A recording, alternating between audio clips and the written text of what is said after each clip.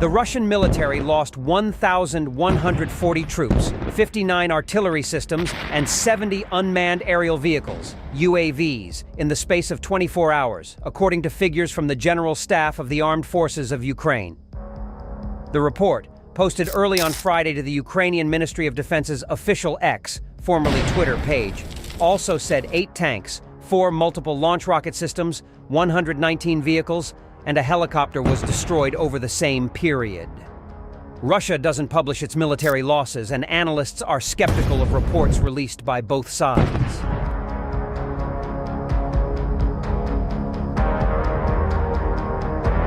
The soldiers of the Freedom Force Battalion of the 4th Brigade of the National Guard of Ukraine showed the main episodes of repulsing the summer offensive of the invaders in the Siversk sector. During the summer campaign, the Russian group of troops responsible for the offensive on the front line from occupied Bakhmut to Siversk actively used the human wave tactics in an attempt to break through the defense of the Ukrainian forces.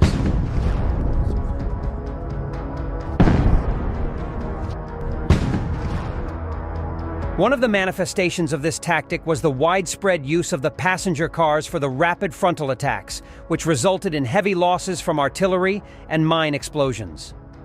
One of the reasons for such radical actions was the significant depletion of the main units of the invaders, which suffered heavy losses in armored vehicles and tanks. Most of them stopped at minefields or were hit by drones. It is worth noting that both heavily equipped soldiers from the mechanized units and newly created rifle regiments were involved in the suicide attacks. In general, the published footage alone confirmed the successful elimination of 25 Russian servicemen and the wounding of 2 more invaders. In particular, after the failed attack, one of the invaders shot himself with a personal weapon right on the camera of a Ukrainian reconnaissance drone. The National Guard soldiers inflicted significant losses in enemy equipment. 1 tank, 3 MTLB tracked armored personnel carriers, as well as civilian vehicles. In addition to these, a large number of combat vehicles can also be seen on the battlefield, the damage to which has not been documented. Meanwhile, one unfortunate Russian soldier became an unwilling test subject for a new kind of Ukrainian drone this week. A drone operator with the Ukrainian Army's 118th Mechanized Brigade, holding the line in southern Ukraine's Zaporizhzhia Oblast, was patrolling the front with their quadcopter-style drone when they spotted a solitary Russian marching along a dirt path. As a second drone observed from overhead, the explosives-laden FPV drone, probably weighing just a few pounds, zoomed over the soldier's head, then dove. The direct hit killed the Russian. The technology on display in the bloody combat trial promises to transform Ukraine's drone force as Russia's wider war on Ukraine grinds toward its 32nd month. Russia's own drone force is undergoing the same transformation. Both sides in the wider war deploy hundreds of thousands of FPV drones every month, striking vehicles, trenches, and even individual soldiers. Tiny explosive drones are some of the most lethal weapons in the war.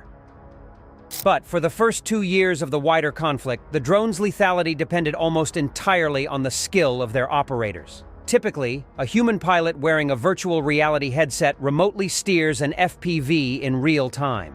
The overall greater experience and talent of Ukrainian operators, including famed drone commander Robert Brovdy, explains why Ukraine's FPVs are often more effective than Russia's. Early this year, the Russians introduced new tech that erased some of the Ukrainians' skill edge. Artificial intelligence installed in an FPV's onboard processor can recognize the outline of a human being and automatically steer the drone in the final few seconds of its flight, when aiming is most difficult for many operators. Brovdy realized the Russians had deployed these guided FPVs back in January. In a video he shared with his many followers, Brovdy outlined a hypothetical AI drone sortie by an untalented Russian operator who may not be very good at controlling. He goes somewhere into the target zone, notices a target and points at it, Brovdy explained. And then the drone directs even at a moving target to hit. The Ukrainian military moved quickly to develop its own guided FPVs. By this spring, Ukraine's AI-assisted drones were in testing. 6 months later, they're on the front line for combat use and further refinement. If the 118th Mechanized Brigade's brutal test strike against a live Russian is any indication, the drones already work pretty well. Bravdi promised Ukraine's guided FPV drones would get better, fast. We will continue to develop them further, he said.